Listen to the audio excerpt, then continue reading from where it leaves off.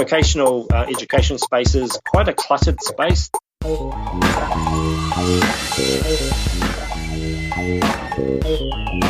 Hello everyone and welcome to the EdTech podcast and this series episode of the Voctech podcast, Learning Continued, which seeks to explore the intersection of adult learning and tech.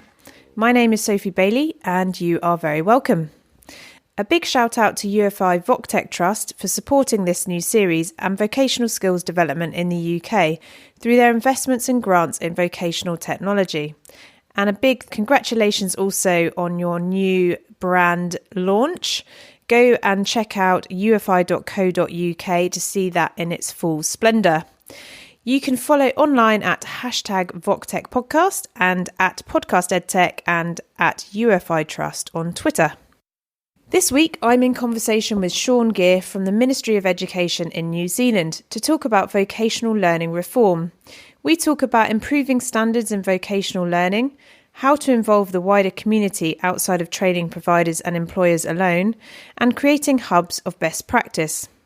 If you're into vocational learning and technology, there's absolutely tons to work through in this episode.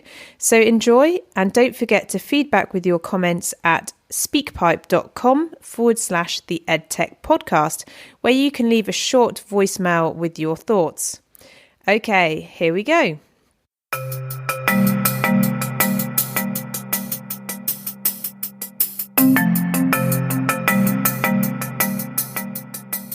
Yeah, absolutely delighted. It's 9:32 a.m. in the morning here and just gone 8:30 in New Zealand, I'm guessing.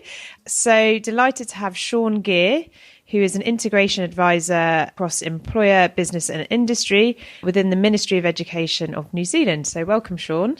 Well, thank you. Yeah, nice to be here. So a little bit about Shaun. He works in tailored support to demand-side audiences, including employers, business and industry and philanthropy across a variety of communities.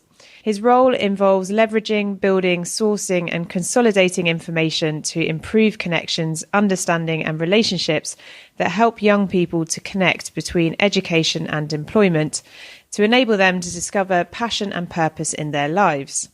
And he has been involved in a new bill on the reform of vocational education and training, including 7 key changes. And it's this work today that I'm excited to get to know a bit. So welcome again, Shaun. Cool, thank you. So just to kick off, an easy one. What 5 words would your friends use to describe you? I am a doer. I like to get action done. High energy, always keen to disrupt. Is probably another word.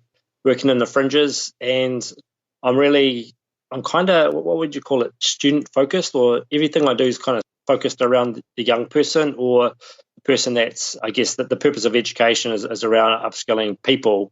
And my kind of focus has been more into the secondary school system here in New Zealand, and also those young people who may have just left the secondary school system and are kind of transitioning through tertiary or are trying to find their purpose within that space. Mm-hmm. Yeah, to connect within meaningful work. That's interesting. So that's what was one of my later questions, was that, you'd sort of define that you were more driven around sort of youth employment as opposed to employment generally. So how did that come about? I kind of fell into education. I didn't have really a great experience myself through school. Everyone thought I was really good at sport, and they kind of pushed me down that path. I didn't really kind of understand the purpose of school or the value of education at that point in my life. I then was quite keen. I was always interested in helping young people, and that was mainly through sport and through coaching. And then when I kind of dropped out of university, I kind of went, in New Zealand, you kind of turn 20 and then you can kind of get that entrance through rather than sitting you at school. And from that, I dropped out. I got a job. And through that, I earned some money, and oh man, this is quite good. Then I ended up falling into kind of training, learning and development, training staff through induction training. I then went overseas. I actually went to the UK and played cricket for a season, and I really matured as a person through that experience. So I came back to New Zealand, and I went into the recruitment space, which I found quite interesting, because then I kind of realised that I had all these transferable skills, these skills that employers really valued around communication, attitude towards work, teamwork, things that we kind of see or we say today that young people really need and what employers need. And then through that, I actually ended up working for a private training establishment in New Zealand and helping young domestic students here in New Zealand get jobs post-graduation. And then I worked in the international market for a bit and recruited students to New Zealand from India, Middle East, Thailand, Sri Lanka. And then I ended up working in tertiary at Polytechnic here in New Zealand. And managed a team here, and then went into the industry training space. And again, focused more on helping young people get into apprenticeships. And then funnily enough, I ended up working a job at the Ministry of Education. So that's quite the CV. It's one of our questions that we always ask guests is, are there any jobs that people listening wouldn't know about? So any that you had perhaps when you were growing up, or that, inform that skill set, but may have been a bit more part-time or kind of informative in a sort of kind of tangential way? I just did some jobs to get money. And I guess everything's kind of built a foundation.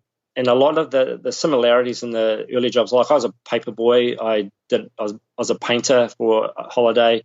I did a lot of work in petrol stations. So building up communication skills and being able to communicate with adults and other people that aren't in my family or my surrounding community, I felt that kind of gave me a real good platform to build on. Nothing unusual, really.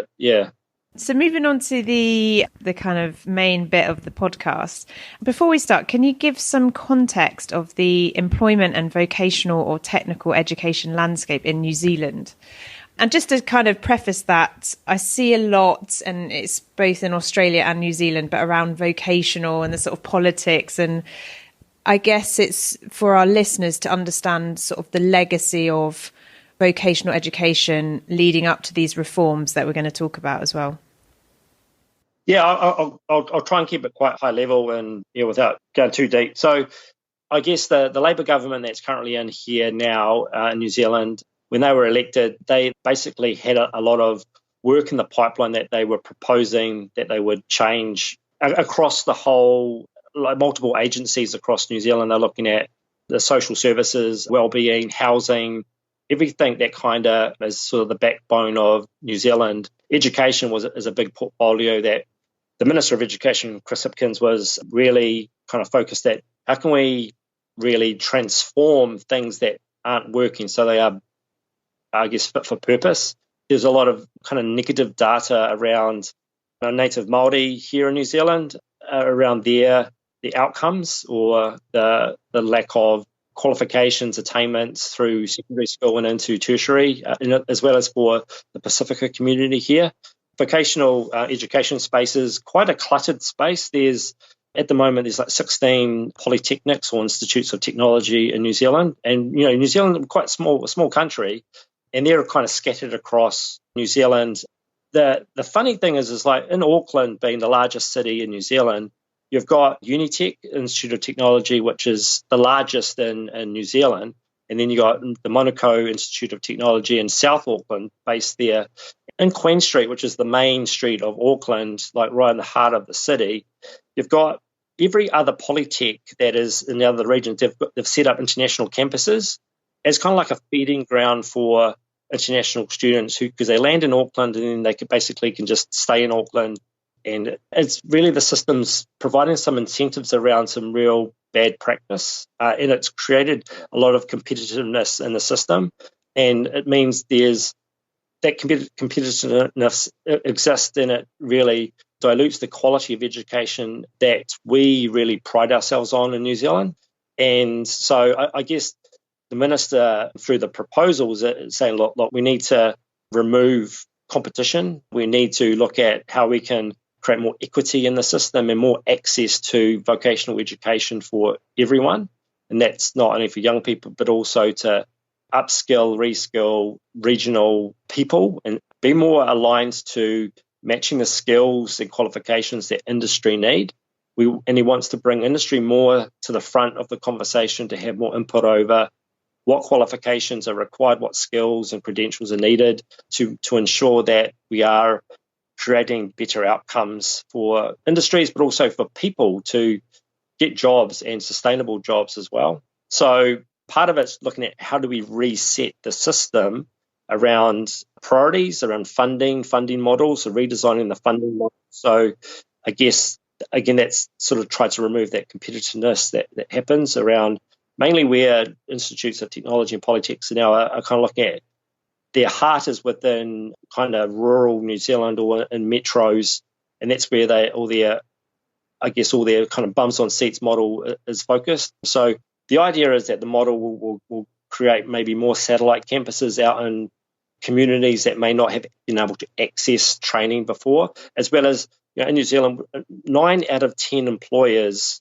don't train. So we've got like 1 out of 10 provide work-based training, and that's quite, a shocking statistic. And you've got, again, another layer in the system is industry training organisations that I guess they manage all the apprenticeships, cadetships that kind of earn and learn a model in New Zealand. There's 11 of them. And again, you create this competitiveness between the institutes of technology, industry training organisations, and then you've got the private training organisations as well. It's just a mess.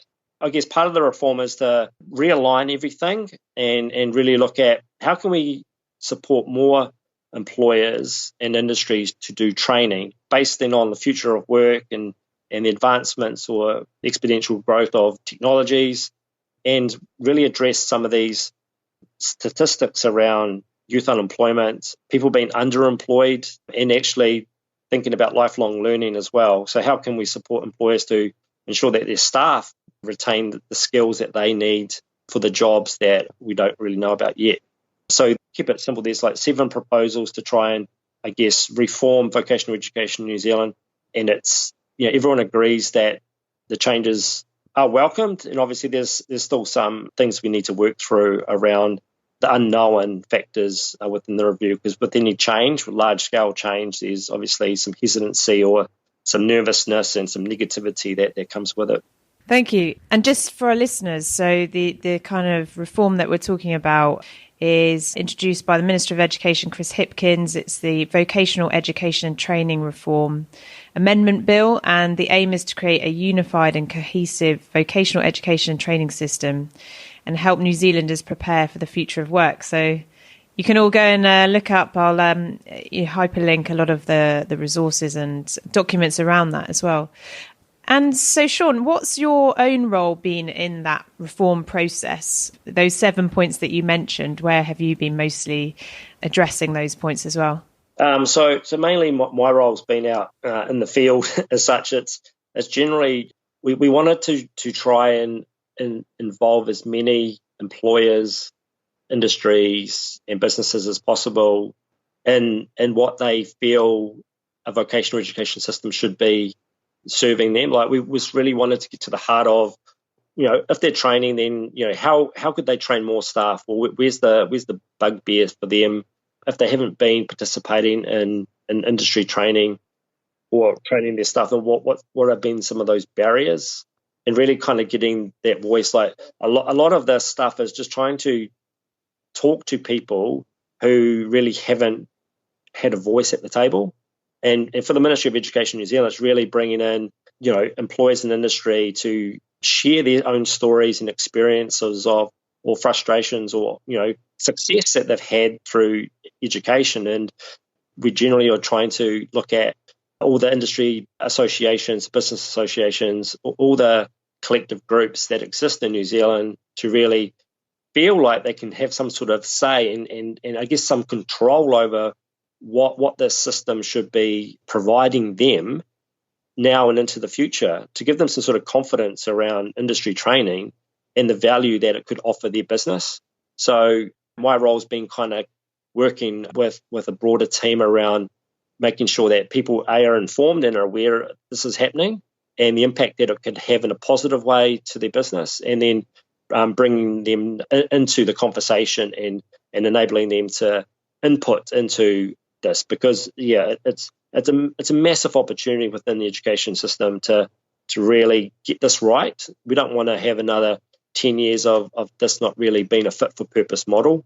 So I think it's critical, and it's looking at other models around the world, and everyone sort of talks about Finland, and you look at other places like Germany, like where really you've got a culture, a country that really values vocational education as equal as a university or more of an academic pathway. So, New Zealand, we talk about we're hands-on, DIY, number 8 wire, the whole thing that goes with that. So, we'd really love our education system to reflect that, and for our young people to have options and choices, and that so that they can go through this system seamlessly and have something that's really relevant and valued, and will enable them to move forward into the world of work with some confidence, and employers will have some confidence in their ability that they will be better prepared for the world of work that's in front of them. What would be really useful is, so there's 7 main key changes in the proposed reform. So I think in terms of our listeners, and especially those listening into the Voctech podcast episodes, these 7 proposed changes would be really interesting. And they kind of range from, engaging some of the Maori community, more disabled learners and employees, how we improve access in that way, to sort of aggregating some of the main or major industry sort of represented across New Zealand. And then, as you mentioned, the funding. So I don't know if you want to just sort of highlight some of the proposed changes and what's being developed there. Yeah, sure. I can go through, so give a bit of a highlights of it. So the 7 key changes, like the first one's to look at developing workforce development councils. So these councils, they're basically going to be the industry-governed bodies that give industry greater leadership across the vocational education system in New Zealand. So they will be led by industry and employers. They will really technically kind of help inform where the needs are, and do a bit more of a forecast around, try to look at where there might be a need, so we can be a bit more proactive around having relevant qualifications and training available. So we don't know yet how many of these workforce development councils there will be. There may be 4, there may be 7. It hasn't been agreed on yet. That's part of the continuing conversations. The ministers developed a kind of a transition governance group around next steps. They're looking at the Polytechs Institutes of Technology falling under this New Zealand Skills Institute of Technology by 1st of April next year. So that's kind of a short time frame to really look at bringing those Polytechs all under one umbrella. And then, these workforce development councils will start to take some shape. This is kind of like moving parts.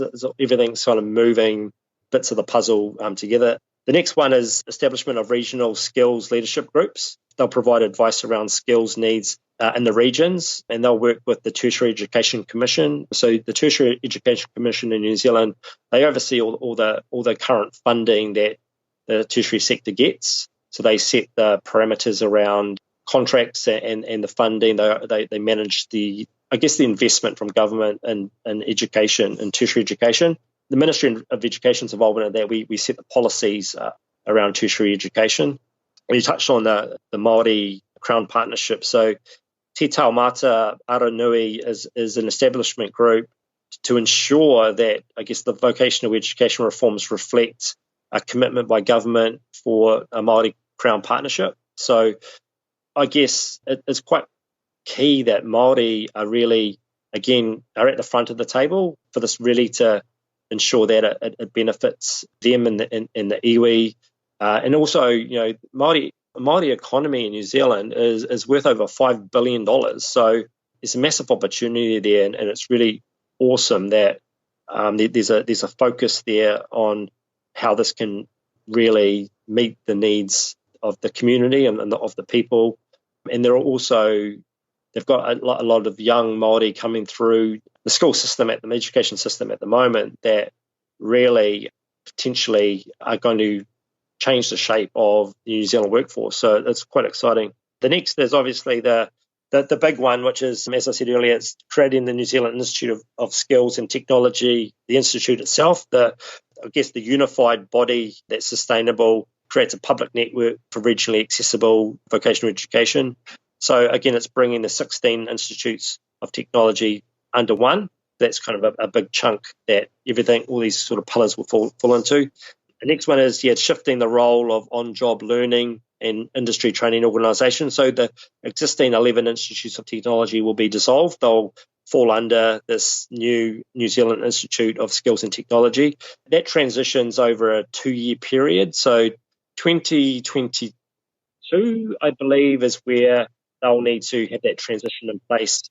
So I guess that the main thing that will shift, the ITOs, they do a lot of the pastoral care and hands-on support of apprentices and trainees in the workplace at the moment. So that will just shift to align under the overarching Institute of Skills and Technology.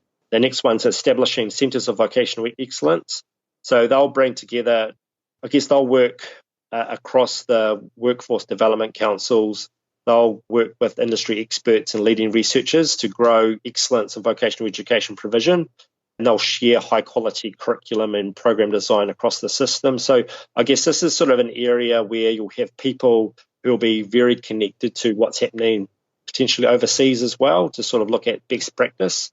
A lot of this there's some good stuff that already happens in New Zealand around vocational education. I guess it's trying to get some consistency over delivery and designed to be, I guess, reflecting what the local needs are too. And then, the last one's unify the vocational education funding system. So I guess unify the funding system to apply across all the provider base. So that's sort of looking at what does funding look like if a learner is based at a campus or is doing a block course at the Institute of Technology. And equally, what does the funding look like for workplace learning as well? So that's across, I guess, looking at level 3 to level 7 in the qualification framework, but it excludes degree level qualifications at this stage of funding. So that's generally the sort of the overview of the 7 key changes. And as you mentioned, is some of that funding, going to be essentially free for employees and for students? Yeah, at the moment, this government brought in a fees-free policy for young and for, I guess, new to tertiary students, rolled out last year, and that was across any level 4 or above qualifications that your first year would be fees-free, and then their commitment was potentially to be over 2 years, then 3 years, but they've had to review that based on funding needs in other areas of the education system. So that's kind of been looked at. Like the impact of the fees-free policy that they rolled out really was nothing, which was interesting. I wouldn't say it was a surprise, but we're seeing this downturn in young people going straight from school, the traditional linear model, straight from school into tertiary study, or even being motivated by the fact that tertiary education, their first year is free. That's sort of been quite interesting for the government to think about. But I think, a part of this opportunity is to look at, well, how can we incentivize create a funding model that incentivize both employer and trainees to engage and other communities to engage in the space around sort of playing the long game, and whether, that's potentially looking at, supporting employers to take on staff in an apprenticeship type arrangement, because a lot of New Zealand businesses, small to medium sized enterprises, and they're generally, the business owners are working in their business. They don't have bandwidth to work off the tools or to support or mentor a person. Although they may need it, they need a succession plan, we're looking at aging workforce, all the kind of same trends that are happening in other areas of the world. I think we need to really look at how can we get that right? What's the right support? What will it take to really ensure that everyone, every business kind of sees the value in training? So it's going to be interesting. It creates great opportunity, and that's kind of why we want your everyday business owner that may be working in a trade or have a particular skill to really engage in this conversation and be aware of what the opportunities might mean for their business.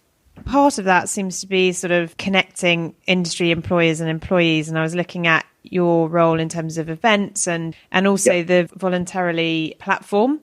And so I just wondered if you could share a little bit about how you go about connecting those stakeholders, because essentially that, the podcast series that we're doing, that's what it's all about, is connecting them all. And it would also be interesting to know, from your perspective based in New Zealand, how you see, for example, some schemes such as, the apprenticeship levy here in the UK, and whether they seem a sort of success story or whether it's kind of more complicated than that. But just how you go about connecting all the various stakeholders in this space would be really interesting.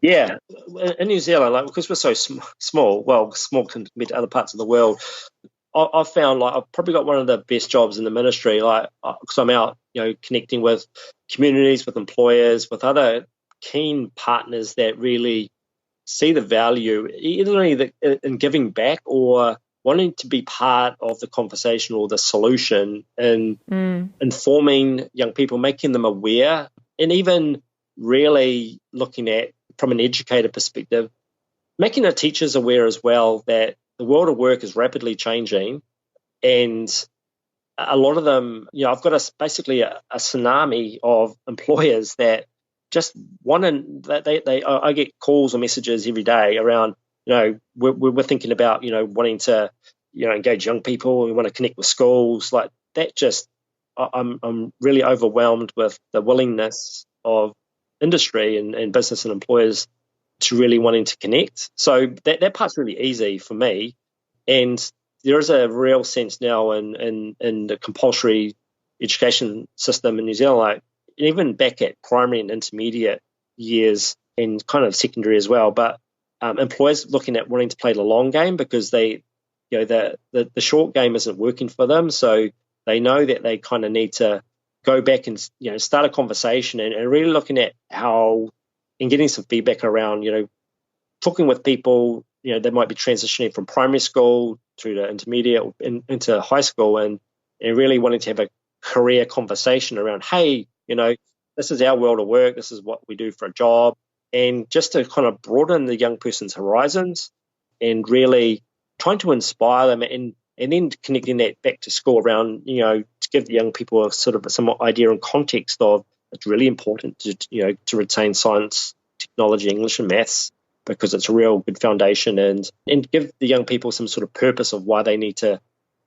going to school, and also potentially partnering with a school and educators around designing curriculum or providing some expertise, or looking at flipping the classroom and taking the kids for a day or a week or whatever that time frame looks like out of school and into the world of work, to really kind of keep that motivation going and that engagement. Schools in New Zealand here, you've got a kind of variety of traditional schools who still have siloed subject areas, pick 6 subjects. You've got a fixed timetable. Careers education is limited. You might have one careers advisor in the school to 2,000 students. That's a real tough gig. So we're trying to add value in that space around, I guess, removing barriers and working alongside schools in their communities to give them a sense of what is out there and what's available, to re-inspire teachers around the value of, their subject area. And we're seeing schools looking at, in New Zealand, we've got this model called community of learning. So in a particular area of New Zealand, you'll have a number of early child care centres, you'll have maybe 2 or 3 primary schools, you might have 1 or 2 intermediates in a high school, and that we call that a community of learning. So they generally work together around that educational journey, and through that lens you can kind of get a sense of, sharing resources. We generally sort of as an opportunity to take the notion of community a bit further, to say, hey, look, community of learning shouldn't be in your bubble. It should look at how do you involve whānau, which is family and Māori, and how do you bring them into your community, because they're learners too. So how can they learn alongside their son or daughter, and also they potentially are employers, or what are your local employers, and I guess blurring the school gate. So how can you really look at engagement and looking at how you can think smarter about resources, because schools are there's some tension points around how do we spread workload, how can we really design a local curriculum that's relevant for today and in the future. And for me, it's been able to support schools to disrupt their thinking a little bit, support them in showing and sort of role modeling about bringing people to the table, and that's been employers and the voice of the world of work. And I guess me just then stepping back and just seeing those relationships really evolving. So that's kind of been, part of my work. And through that, through the events thing that you mentioned, is just, that's a real easy, safe thing to do. You have an event, you bring a bucket load of local employers and industries that are really passionate, and they've got things to show off, and they've got some real cool people with real stories. And the good thing is, it's like you can look at their alumni and then where they're working now. So just rather than, again, some schools think of alumni by, hey, we want to do some fundraising, or we want to, source some money. Look at the actual skill sets and the value that they can bring back to inspire the next generation coming through. So we've been doing, in New Zealand, careers events typically has been, I guess, course advisory events where you've got all the tertiaries there, all the universities talking about their programs, but there's very little link between why should I study this and what is the kind of the job look like afterwards. So we're trying to think of what's a career, what are the kinds of jobs, what are the skills that I kind of need, and then I can look at, well, what kind of further training might I need, or qualifications might I need, depending on what my pathway might look like. So it sort of still keeps their options quite broad rather than comparing university with university. So running cool events that really immerse kids through an experiential way with some inspiration involved, we're seeing real good feedback from young people, teachers, because it's real awesome for them, as well as employers. It's just a real good feel-good thing. They might not see immediate gains from that, but they'll get a real good morale boost, and strategically it can kind of align to work further down the track around that. But I guess that's not the main intention of them. No, I love that idea of broadening the idea of communities of learning, because, and it must be incredibly empowering to bring the kind of wider family in, and also the local industry as well. On that note, I mean, what are the kind of big industries in New Zealand? So, where can people think about and when they think of future of work, if they're thinking of New Zealand? Yeah. So I'm based in Auckland, which is the largest city in New Zealand. But I grew up in Southland, which is right at the bottom of the South Island of New Zealand, in a semi-rural setting. So I guess the people probably have a perception of what New Zealand is, and clean, green, sheep, and and all sorts. But I guess we've got quite a massive growth in tech in New Zealand. So, and they've got a real challenge around attracting young people into that sector fast enough. It's more of an accelerated process around that. So tech, or employers having that skill set that have a tech savvy or are able to upskill quickly. So there's that. There's also the marine industry. So we've got a little event happening in a couple of years called the America's Cup. So that's booming at the moment around the marine industry, around boat building, around event and infrastructure. Also, most people come to New Zealand for a holiday. So the tourism industry is again, we're quite well known for that. So there's that, and there's obviously a primary industry. So with tourism, it's more of a challenge there is that there's a perception in New Zealand around it being casual work, low paid, poor working conditions. So there's a nationwide campaign called Go With Tourism happening at the moment that is really trying to look at setting some real key standards around best practice of how do you attract talent, how do you bring talent on board, how do you retain talent and grow that talent within. So the Economic Development Agency here in Auckland has been leading that work to set some real awesome standards around paying above minimum wage, having a individual training and development plan for that person, as well as commitment of hours. and they've been able to provide some tools and support around employers. So that's really cool, especially with, our image is quite important. The brand of New Zealand sort of relies on our tourism industry. You got primary industries as well, which is you got your agriculture, horticulture, viticulture, and our pip fruit industry, which again really struggles to attract locals to those sectors to do those jobs. So there's some strategies around the government investing in supporting people into those jobs and into those locations as well. To what extent are you sort of seeing technology play a part in terms of, whether it's recruitment or training once people are within those sectors? It's been interesting. I haven't seen anything be truly successful or groundbreaking. There's a lot of platforms. People seem to be on this wagon of building a platform for young people to connect to, or people to connect to, and creating e-portfolios and trying to saturate the market really. So people don't really know where to go or what to do. There is sort of talk around technical goods. How can we actually work collectively around developing technology that will add value? So Go with Tourism is one platform that enables young people to sign up onto, or young and old, I should say, and really you don't need any CV. And if you register an interest with an employer, then they must call you. So it's just trying to remove all those real barriers around that experience for a person to confidently apply for a job and actually get some feedback. So that's been quite good, because they've kind of looked at everything else is in the market here in New Zealand, looked at what's not working and what has or might work. And that's more from a candidate perspective entering into the job market. So that's been quite good to sort of see. And that's sort of really the only thing I can kind of think of is that's really cool. And then a couple of the things that you pinged over before our interview was, I think the acronym is DT and HM curriculum. I don't know if you remember that. Yeah. I won't pronounce it correctly otherwise. And then the other one was the pathways and technology, just as two examples of, I suppose, going back to curriculum and going back to young people before they're getting into the world of work and, developing some of that STEM mindset, I suppose.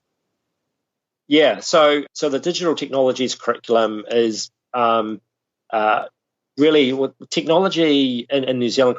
Digital technology, I should say, didn't really have a home. It didn't really sit anywhere. It kind of needed the support to develop something that was really robust and could potentially sit across the New Zealand curriculum rather than another standalone subject area. Schools are being supported, and it's to be rolled out and embedded into schools as of next year, so 2020.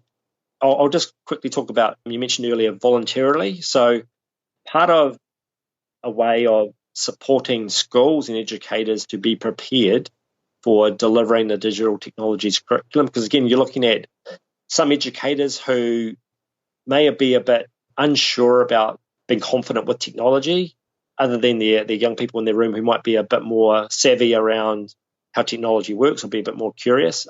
Voluntarily was being built at the moment around a three-way marketplace where you've got, in New Zealand, you've got corporate volunteers, voluntary days. There's roughly around 100,000 hours that go unused in the corporate world. So all these corporates have these voluntary programs, but there's really no benefit other than you might have a day off where you might go pick up rubbish on the beach or go plant some trees. So looking at those real big tech companies and actually looking at the talent inside of them and how can you refocus that into supporting schools. And you've got a lot of content providers. So you've got providers that have all these products, all these services that go into schools and actually teach classes or develop lesson plans. And then you obviously got schools that may be prepared, may not need to engage in this marketplace, but you've got a whole bunch of others that we know that would prefer to potentially think about, well, I've got this problem, or you might have some leaders who might not have the skill set or capability in their teaching staff just yet,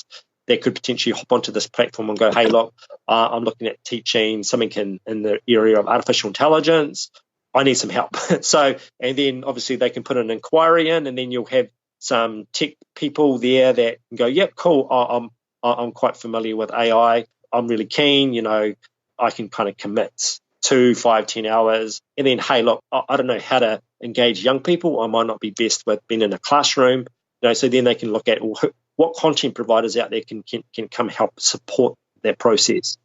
And the platform really is looking at technology and STEM in the first wave of it, but it's got the potential to look at other sectors and industries as well, because it's just trying to remove, some of this middleman and some of the stuff where schools get overwhelmed with inquiries and people wanting their time and wanting to sell products, where they could just go there with what their needs are and what help they need, and then there'll be people there to help them. And then we're looking at potentially if students in a project or an interest area, then they can hop onto the platform too, and there'll be some things happening in the back end around how that process, that experience might be managed as well.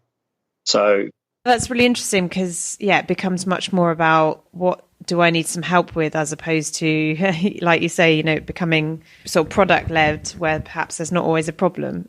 Yeah. That's still in the build phase at the moment, is it? At the moment, I think they've got another, what they're calling it, like a hack week coming up. So you've got all these people, these techies, coders and developers using their own time to build this platform. So you've got a lead trust, the Pam Ferguson Trust, that are leading the work. So they've got a couple of full-time staff that are leading the project, but then they're just connected into mainly young, and majority of them are young women, coders and developers to help build the platform. So they're hoping to have it, I think, done by later this year, and they're testing it as they go. So they've got a number of schools they're used to test it, and then they've got a number of big employers like Datacom here in New Zealand is the biggest company that are on there, where they've got some sort of staff they can do some mock-ups and some trials through that. So so by 2020 it'll be go live, and it's going to be exciting to see it. Obviously it's going to be something new to the market, but got a lot of confidence in it being quite a good solution of adding value to something that the education system would need. How do you get your own learning? So inspiration, is it from like reading, podcasts, Twitter, or networking? How do you keep your own ideas up to date? I'm on LinkedIn. That's my workplace, really. That's where I get all my ideas, inspirations. I get a lot of inspiration through talking to people from different parts of the world. It's a great platform. It really complements my work. I'm able to kind of get a good sense of the ecosystem globally of what's happening in the vocational education and the education space.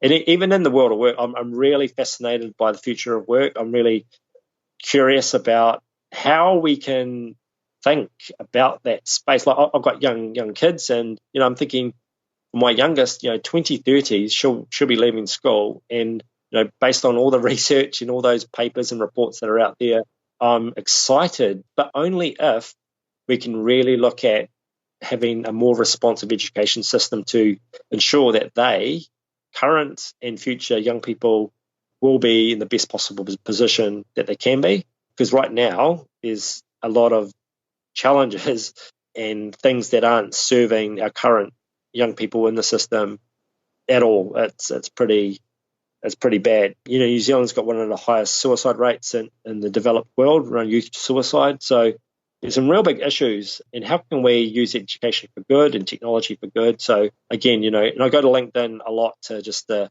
guess, do a bit of a scatter and see what else is happening. And then it sort of, you're able to have those conversations and helps me keep sharp.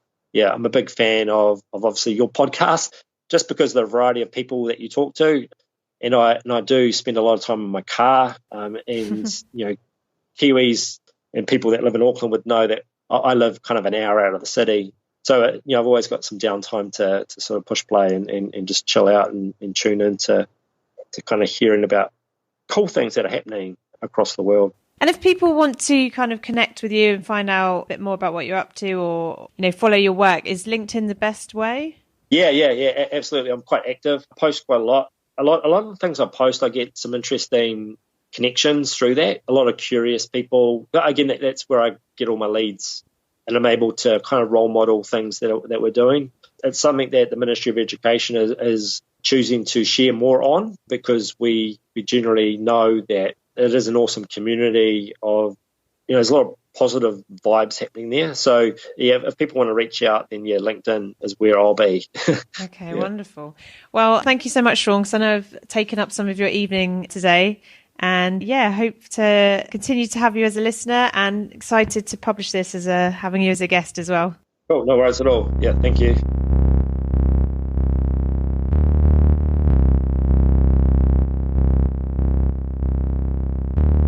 That's all for this week's episode. Thanks so much for listening in, and I do hope you enjoyed and found some gems of inspiration to take away with you. For more vocational learning and technology insight, go to www.ufi.co.uk and check out the blog. That's all for now. Thanks for subscribing and listening. Bye-bye.